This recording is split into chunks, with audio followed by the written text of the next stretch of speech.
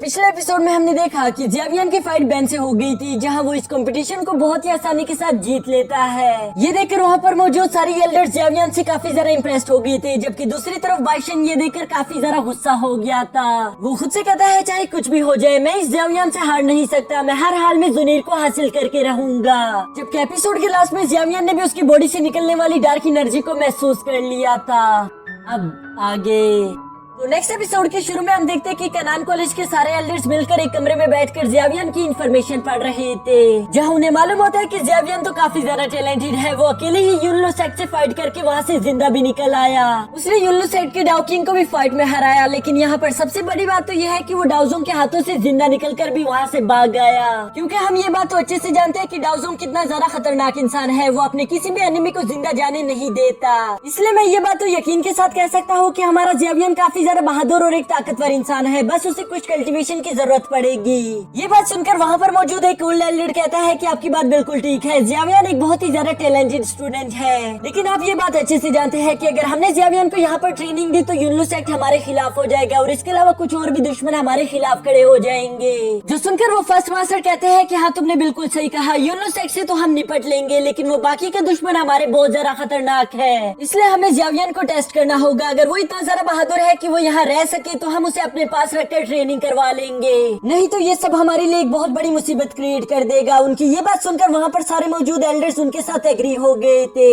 इसके बाद scene shift होकर बाइशेंग पर आ गया था, जो कि काफी तेजी के साथ मूव करते हुए ज़ेवियन के कमरे के काफी ज्यादा करीब आ जाता है। यहाँ ज़ेवियन अपने कमरे में बैठा ही हुआ था कि तभी वो बाइशेंग की एनर्जी को महसूस कर लेता है, जिसके बाद हम देखते हैं कि वो भी अपने कमरे से काफी तेजी के साथ मूव करते हुए बाहर चला गया था। इसके बाद ये दोनों ही एक दूसरे के सामने खड़े हो गए थे, जहाँ बाइशेंग ज़ेवियन से कहता है कि उसे छोड़कर चले जाओ यहाँ से। ये सुनकर ज़ेवियन उसे साफ साफ मना कर देता है, जिस पर बाइशेंग को काफी ज्यादा गुस्सा आ गया था। वो अपनी थंडर पावर को एक्टिवेट करते हुए फौरन से जंप करते हुए ज़ेवियन पर अटैक करने ही वाला था कि तभी जुनीर भी वहाँ पर गैलरी में आ गई थी, जो ये होता हुआ देखकर फौरन से बाइशेंग पर अटैक कर देती है। इस अटैक से टकराकर हम देखते हैं कि बाइशेंग उड़ता उड़ता पीछे जा गिरा था। इसके बाद जुनीर फौरन से जंप करते हुए ज़ेवियन के पास आ गई थी, जहाँ खड़े होकर वो बाइशेंग से सवाल करती है कि तुम ये क्या कर रहे हो। ये सुनकर बाइशेंग कहता है कि कुछ नहीं, बस हम दोनों तो यूं ही मजाक कर रहे थे, तुम्हें यूं गुस्सा करने की कोई जरूरत नहीं। जिस पर हम देखते हैं कि जुनीर को काफी ज्यादा गुस्सा आ रहा था। वो बाइशेंग से कहती है कि मैं तुम्हारी काफी ज्यादा इज्जत करती हूँ, लेकिन इसका मतलब ये नहीं कि तुम ज़ेवियन को नुकसान पहुँचाने की कोशिश कर सकते हो, क्योंकि अगर तुमने ये गलती की तो याद रखना कि मुझसे बुरा कोई नहीं होगा।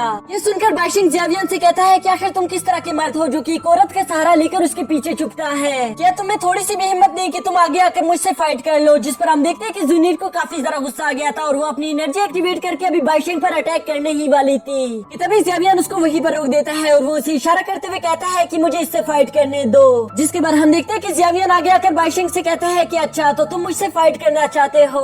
ये सुनकर बाइशेंग कहता है कि हाँ जरूर, मैं तुमसे फाइट करना चाहता हूँ, पर अगर तुम चूहों की तरह डरना बंद कर दो तो ज्यादा अच्छा रहेगा। यहाँ ज़ेवियन और बाइशेंग दोनों एक दूसरे के सामने फाइट के लिए पूरी तरह से तैयार खड़े हो गए थे कि तभी वहाँ पर मिस रियोल लिन आ जाती है, जो कि बाइशेंग से कहती है कि तुम यहाँ पर क्या कर रहे हो, क्या तुम्हें यहाँ के रूल्स के बारे में मालूम नहीं। अगर तुम सच में ज़ेवियन को फाइट के लिए चैलेंज करना चाहते हो तो तुम्हें उसके लिए कंपटीशन का इंतजार करना चाहिए, ना ही कि यूं रात में आकर उसे परेशान करना।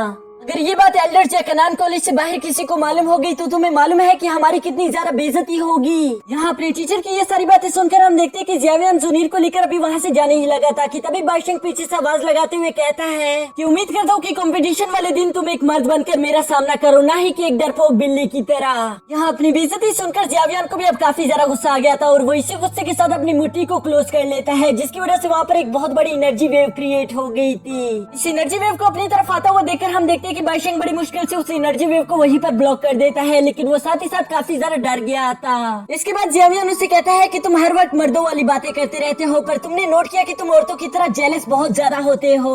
वैसे क्या तुम्हें पूरा यकीन है कि तुम्हारा नाम बाइशेंग है, क्योंकि मुझे तो लगता है कि तुम्हारा नाम इडियट होना चाहिए था। और ये कहकर ज़ेवियन वहाँ से चला जाता है। यहाँ यूं अपनी बेइज्जती होता हुआ देखकर बाइशेंग को काफी ज्यादा गुस्सा आ गया था। वो गुस्से में कहता है कि चाहे कुछ भी हो जाए जुनीर को तो मेरा ही होना होगा, और वो इसी गुस्से के साथ वहाँ से चला जाता है। जिसके बाद नेक्स्ट सीन में हम उसी रात का सीन देखते हैं जहाँ जियावियन और जुनीर चांद को देख रहे थे। तभी जुनीर जियावियन से कहती है कि वैसे तुम्हारे साथ यूं रात को बैठकर चांद देखे हुए काफी अरसा हो गया, जिस पर जियावियन उसे कहता है कि हाँ पूरे 2 साल गुजर गए। तुम्हें पता नहीं कि ये पिछले 2 साल मेरे लिए कितने जरा अजीब रहे हैं। तुम मेरे साथ नहीं थी लेकिन वहाँ पर बहुत कुछ हो गया था। और ये कहते हुए जियावियन उसे बताना शुरू कर देता है कि पिछले 2 साल में वो कहाँ कहाँ रह कर आया, उसके साथ क्या क्या हुआ और उसकी किस किस के साथ मुलाकात हुई। जबकि दूसरी तरफ जुनीर काफी जरा प्यार से उसकी ये सारी बातें सुन रही थी। उसे जियावियन पर काफी जरा प्यार आ रहा था। यहाँ इस रोमांटिक रात में ये लोग काफी ज्यादा बातें करते हैं, जिसके दौरान ये लोग हंसते हैं, मुस्कुराते हैं और उसके अलावा थोड़ा बहुत उदास भी हो जाते हैं, क्योंकि इन दोनों ने ही पिछले 2 साल में काफी कुछ सह लिया। तभी जुनीर जियावियन से कहती है कि फिक्र मत करो, जब भी तुम गामा एम्पायर वापस जाओगे तुम बहुत ज्यादा स्ट्रॉन्ग हो चुके होगे और मुझे पूरा यकीन है कि वहाँ पर तुम्हें कोई भी रोक नहीं पाएगा। यहाँ इन लोगों के बीच ये प्यारे से रोमांटिक मोमेंट्स चल रहे थे, जबकि नीचे से टीचर रुयलिन भी इन दोनों की ये सारी बातें सुन रही थी। वो उदास होते हुए कहती है कि मुझे यकीन नहीं आता कि इन दोनों बच्चों ने पिछले 2 साल में इतना ज्यादा कुछ सह लिया।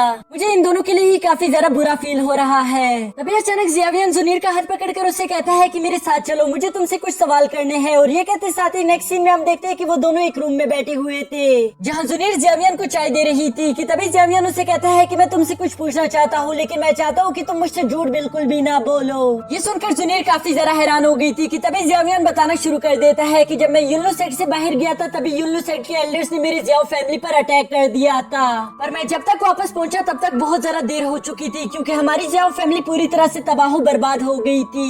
मेरे फादर अकेले ही उन सारे वॉरियर्स का सामना कर रहे थे, जिनकी वजह से उन्हें भी काफी ज्यादा नुकसान उठाना पड़ा। इसी फाइट के बाद की मुझे कोई भी न्यूज नहीं पता, बस मुझे इतना मालूम है कि मेरे फादर कुछ दुश्मनों को चेस कर रहे थे, लेकिन वो वहाँ रास्ते में से ही गायब हो गई। मुझे नहीं मालूम कि उन पर क्या मुसीबत आ गई होगी। शायद उनका रास्ता कुछ मिस्टीरियस पावरफुल लोगों ने रोक लिया होगा, जिन्होंने उसे किडनैप करके वहाँ से ले गए हैं। मुझे ये बात तो अच्छे से मालूम है कि वो लोग यूनो सेट से बिलोंग नहीं करते, पर आखिर वो लोग कौन है मुझे ये बात भी अच्छे से मालूम नहीं। इसलिए मैं तुमसे पूछ रहा हूँ। मैं जानता हूँ कि तुम जियाओ फैमिली से बिलोंग नहीं करती और इसके अलावा तुम्हारा बैकग्राउंड भी काफी ज्यादा स्ट्रॉन्ग है, तो शायद तुम्हें उनकी किडनैप के बारे में कुछ न कुछ तो मालूम होगा। जिस पर जुनीर उन्हें जवाब देती है कि नहीं, मुझे सच में कुछ नहीं मालूम। अगर मुझे इसके बारे में कुछ भी मालूम होता तो मैं सबसे पहले तुम्हें बता चुकी होती। ये बात तो सच है कि मेरा बैकग्राउंड काफी ज्यादा स्ट्रॉन्ग है, जिसके बारे में मैं तुम्हें सब कुछ नहीं बता सकती कि आखिर वो लोग कौन है, लेकिन मैं तुम्हें इस बात का यकीन दिलवाती हूँ कि उन लोगों का इससे कोई ताल्लुक नहीं। साथ ही जुनीर कहती है कि अंकल तो काफी ज्यादा स्ट्रॉन्ग है, एक 2 एम्परर के अलावा मुझे नहीं लगता कि कोई भी उन्हें किडनैप कर सकता है। ये सुनकर जियावियन जुनीर को जवाब देता है कि नहीं, ऐसा नहीं हो सकता, सिर्फ 2 एम्परर से मेरा ही अब तक सामना हुआ है। मुझे नहीं लगता कि अब तक मेरी फैमिली में से किसी और का सामना 2 एम्परर से हुआ होगा। सच बताओ तो अभी भी मुझे यूनो सेट पर शक हो रहा है। मुझे ऐसा लग रहा है कि वो इस बात को छुपा रहे हैं, या तो उन्होंने मेरे फादर को किडनैप कर लिया होगा या तो उनका इससे जरूर कोई ना कोई ताल्लुक होगा। ये सुनकर जुनीर काफी ज्यादा उदास हो गई थी, लेकिन वो उससे कहती है कि तुम फिक्र मत करो, वो जहाँ भी होंगे बिल्कुल ठीक होंगे। और वैसे भी जैसा कि अभी मैंने तुम्हें कहा कि मेरा बैकग्राउंड काफी ज्यादा स्ट्रॉन्ग है, इसलिए मैं जल्द से जल्द इस बात की इन्वेस्टिगेशन शुरू करवा दूंगी। अगर मुझे कोई भी सुराग मिलता है तो मैं सबसे पहले तुम्हें बता दूंगी, इसलिए तुम्हें फिक्र करने की कोई जरूरत नहीं। यहाँ उसकी ये सारी बातें सुनकर अब जियावियन को थोड़ा सा सुकून महसूस हो गया था, जिसके बाद वो उससे कहता है कि हाँ मुझे तुम पर पूरा यकीन है, लेकिन अब रात भी काफी ज्यादा हो गई, इसलिए मुझे लगता है कि तुम्हें वापस अपने रूम चले जाना चाहिए। जिसके बाद हम देखते हैं कि जुनीर ये बात सुनकर वापस अपने रूम आ गई थी। वो अपने रूम में आती सबसे पहले डोर्स और विंडोज को क्लोज कर देती है, जिसके बाद वहाँ पर फौरन से मास्टर लिंग भी आ गए थे। जुनीर उनसे कहती है कि अंकल जियाओ का पता लगाओ कि आखिर वो कहाँ पर है। तुम्हें अगर उनके बारे में कुछ भी मालूम हो तो फौरन आके मुझे बता देना।